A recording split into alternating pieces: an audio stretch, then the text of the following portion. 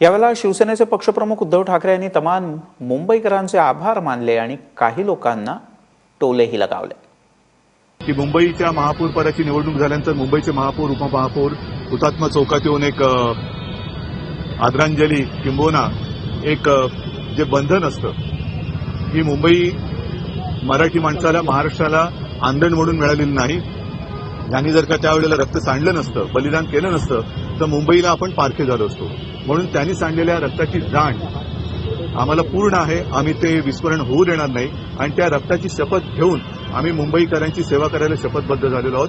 यापुढे देखील भंपकपणाविरुद्धची आमची लढाई सुरू राहील. सकाळी भाजपच्या नगरसेवकांनी शपथ घेतलेली आहे. कोणी? भाजपच्या नगरसेवकांनी याच ठिकाणी पारदर्शकतेची शपथ घेतलेली आहे. मला वाटतं सर्व आमदारांनी सुद्धा घ्यायला पाहिजे आणि कॅबिनेटमध्ये सुद्धा जी आमची मागणी आहे की राज्य मंत्रिमंडळाची बैठक ज्या वेळेला होते त्यावेळेला राज्यमंत्री सुद्धा पाहिजेत, पत्रकार पाहिजेत, लोकायुक्त पाहिजेत आणि विरोधी पक्षनेता तर पाहिजेच, कारण त्याला कॅबिनेटचा दर्जा असतो. तर ती पारदर्शकता आणि त्या पारदर्शकतेच्या शब्दाला अर्थ आहे. नाहीतर मी पुन्हा एकदा सांगतो की या भंपकपणाविरुद्धची आमची लढाई सुरू राहील.